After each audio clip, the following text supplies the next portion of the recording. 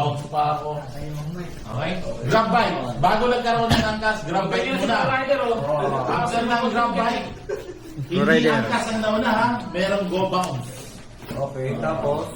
Tapos saka nag-angkas din ako. Wala na, sa moto sing ano ba pinaglalaman mo? Ano ba gusto nyo malaman? Nagaso. Kaya dito ako para magsabi sa inyo na mag-ingat kayo lagi. Yun. Ayun naman tayo sa batas traffic at higit sa lahat, Huwag mag-iim kayo. Mag-ipon kayo kasi yung trabaho natin hindi yan na pangmatagalan.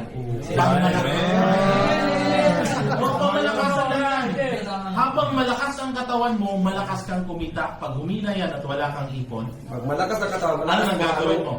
Alam mo na, Solar Boy. Kaya kailangan mong mag-ipon. Bawas sa gastos, lalo na sa mga bisyo. Oo. Kasi mas malaki ang kita nyo, mas malaki din yung ginagasto nyo. Good. Tama ba?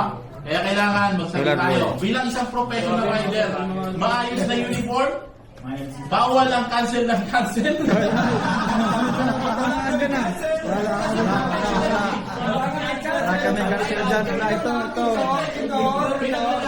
Pinaglalaban nyo ang safety ng riders. Kaya nga meron tayong tinatawag na insurance at accident insurance. Pero alam namin na pupuntang Sabihin mo natin, mahaba. Yung sinasabi nyo, delikado sa tagig. Siyempre, hindi naman kasalanan yun ng company. Kasalanan yun ng mga government doon. Kailangan kasi dyan visibility ng police.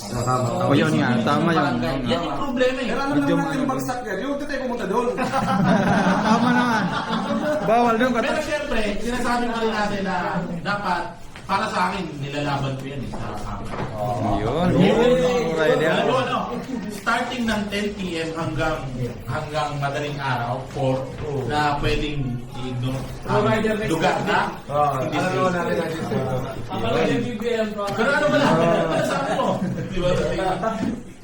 Inis na inis sa akin, hindi ko alam. Ano ba talaga may naglalaban ko? Vlogger.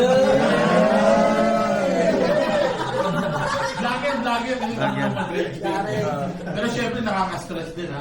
Hindi mo alam hindi mo alam kung anong isasagot mo sa isang mga rider lalo na hindi nila wala silang idea. Ano ba ang tama at ano bang mali? Unang-una nagrereklamo ka, bumibiyahe ka ba? Yan, sakto. Ba't sakit ka nakatingin?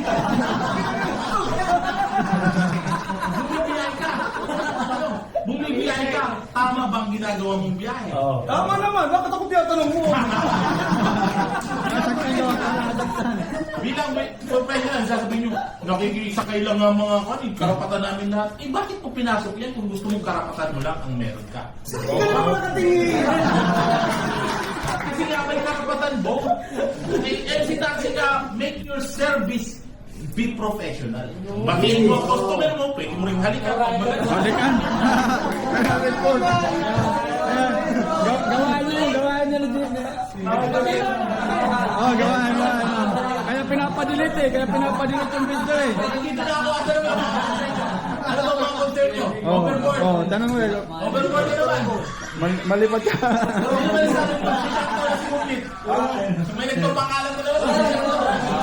Di ba talaga yun, di ba? Ano yun? Sabi mo magsasabi doon. Sabi. Kanino ba nagpamalita? Di ba si Gas sa mga galing? Kanino ba galing? Di ba kay Jay?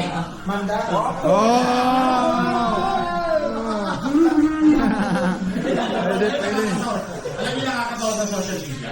Wala kayong mga idea yung ano ba talaga Hindi, totoo. ako nag-isip ko dyan. Kung magkaibigan talaga kayong dalawa. Hindi. Maingay kasi talaga siya. Pasok ka rin. Ha? Ba't nainit ka nun? Sa probinsya namin kasi, yung maingay na langaw, yung malaki. Bangaw. Pero bakit yung dito niya yung kinuha? Hindi ko naman sinabing Hindi, ang mga mukha niya. sa amin naman, yung... Tapos sinabi niya, palitadahan niya kagad mukha ko. Bakit? Kasi yan na diretso na. Palitada na kagad sabi ako. Pwede mo naman palitada. Maninig lang sa live. Sorry po. Ano na? Oo. Nag-enjoy po ako.